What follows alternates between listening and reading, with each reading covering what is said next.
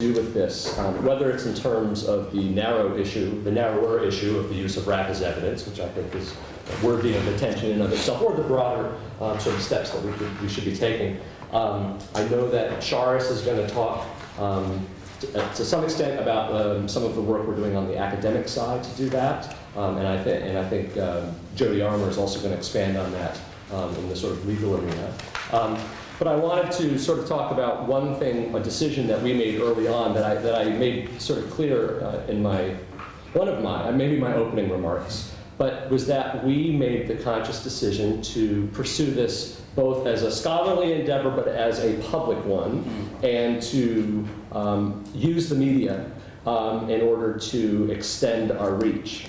And it has, over the last couple of years, been very successful.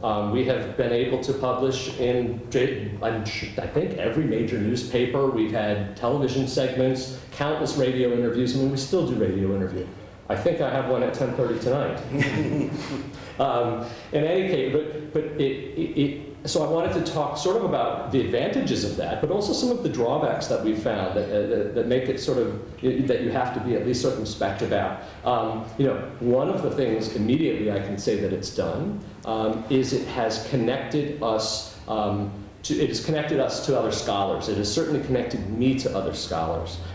That's how I met Andrea. I mean, I knew of her work, but once I saw this issue back in 2012 and wanted to write about it for a popular outlet, I interviewed her. And then that sort of started that relationship. The next year, I wrote another piece for Huffington Post or The Atlantic or something like that. And it was on the case about the kid in the car that they found the note, okay, the Odawale case. Well, the expert on that case was Charis, and the lawyer who was handling the appeal put us in touch.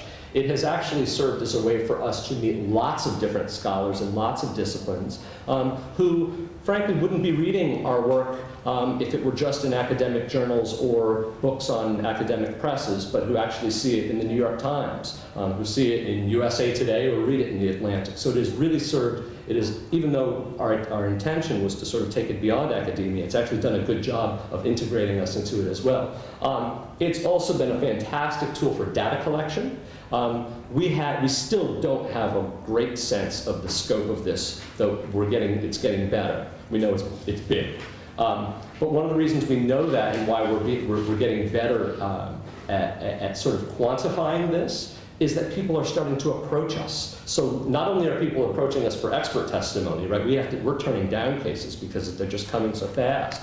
But they're also coming and saying, hey, listen, I have this case, and by the way, my friend, who's also a lawyer, has this one, and let me send you the documents related to that. And it opens up all of these different cases that we probably wouldn't have been able to find otherwise. I mean, legal opinions, court documents are not systematically archived, organized, or made accessible. And so you can't just go into LexisNexis and put rap or any of those sort of search engines.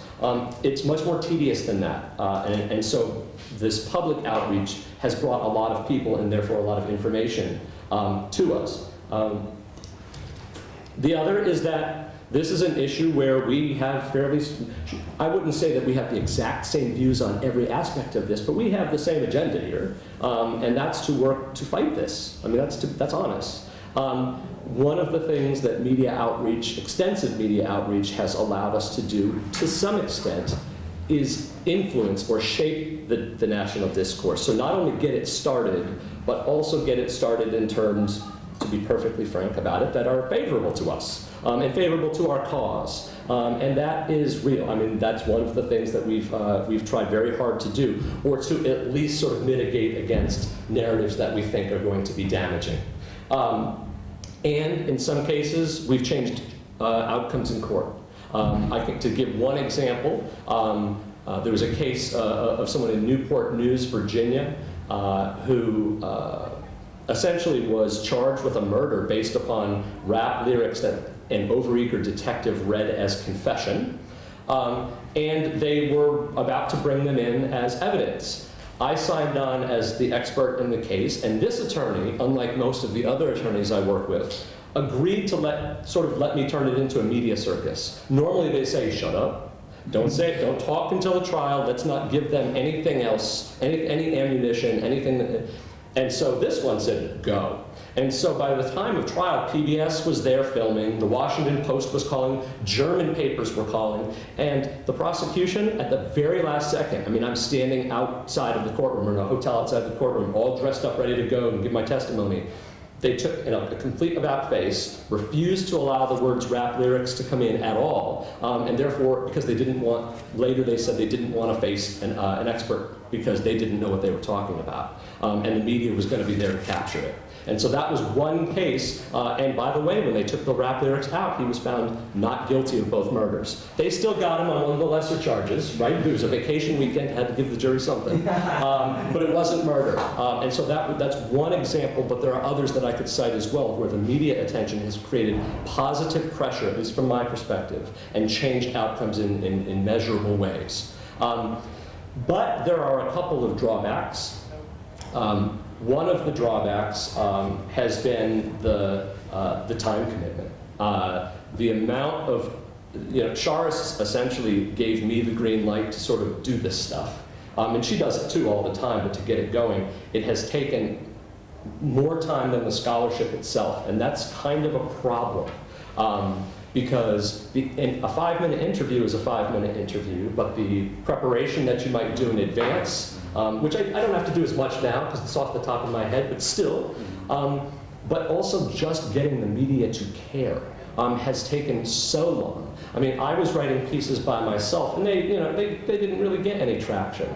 And then I spent forever working the New York Times and waiting. And then I thought, ooh, end of the year, quality of the op-eds has gone down a little bit, but they still need content. And I was watching the Skinner case that was coming, and I thought, okay, now I'm going to give it a shot. And they jumped, and as soon as that happened, I just kept going.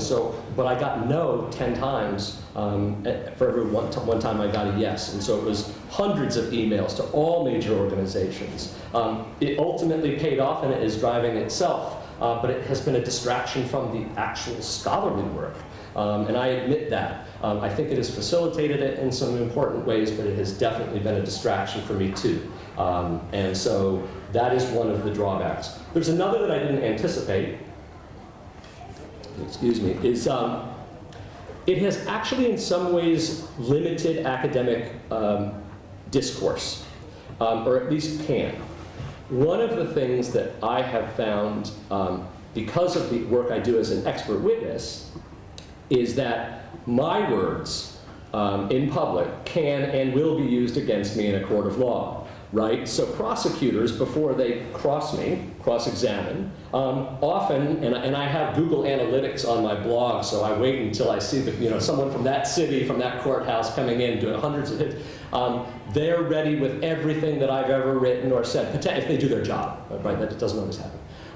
And so I have to be very careful about the things that I say publicly because I would hate to have those used against me on the stand. So, for example, when Andrea will say she's open to the possibility that maybe in certain circumstances there might be a role where rap lyrics could come in. I'm that hesitant. Okay. That maybe there are times when rap lyrics are appropriate. That's not a position that I'm going to take. It doesn't happen to be one that I hold anyway, but it would be dangerous for me to say things like that. And so, even as it facilitates discourse, it can also limit it because I'm thinking about the public side of things. And so that's sort of, as a whole, what our strategy has involved.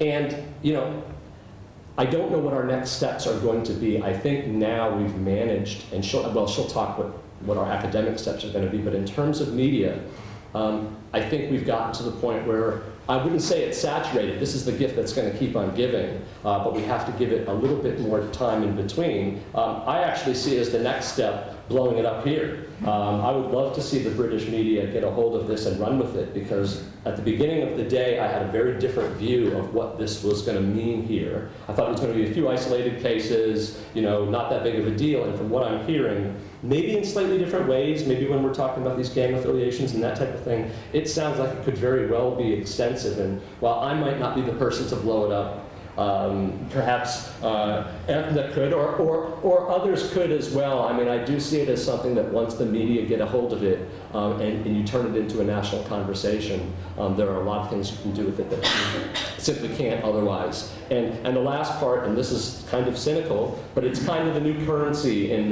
universities, at least in the US, to media exposure is what the higher-ups like, for better or for worse. And that has at least been advantageous because it has, I think, led to increased flexibility for me and for my work as I'm generating those page views or hits that is so important to the university. I don't endorse that. I'm not saying that that is a good strategy for universities. I'm being a realist and explaining that that is, it doesn't hurt us either on the professional front. So that's kind of all I have for the media outreach part. Yeah, I've got a question. A question, just a suggestion. You know, you said you couldn't contemplate rap lyrics being used, you gotta watch what you say yes. in public. I actually think it might help you in a certain situation. For example, I think Andrew and I both agree that if, say for example, you had a case where somebody had identified the defendant as being the gunman. Right. Now we all know, I hope we all know, that sometimes you can't trust your own eyes, you make mistaken identification. We've all done it, we approach someone thinking they were our friend, look, when actually it's someone completely unrelated we've never met before. So potentially you can at least present an argument to a jury that perhaps the witness was mistaken, and you never know, the chap might get acquitted. But if there was other evidence, a rap lyric evidence on his phone, he composed a rap saying that he'd gone to a certain place, committed a certain act of violence against a guy whose name just happens to be the person who's identified, it's a confession, albeit wrapped up in some rap lyrics, right. And actually it's highly probative evidence which can support the correctness of the identification. Now, if a prosecutor if you said to the prosecutor that I can't think of any circumstance in which rap lyrics would be relevant to the case, if a prosecutor hit you with that, he might be able to convey to the jury, actually this is an kind of radical, devoid from reality, right. Who's unreliable. So there is a circumstance, and I think Andrew and I agree, that's really the only circumstance where rap lyrics can come in, where it literally points highly probative, the name of the individual, the time, the place, the type of weapon used, the circumstances, the grievance, all that stuff. But only in those exceptional circumstances. I don't trust the criminal justice system to handle that with any sort of grace, and I can see already how that would be a slippery slope. But also, I'm not going to agree with you unless you tell us who you represented. Oh, well, who the musician was. I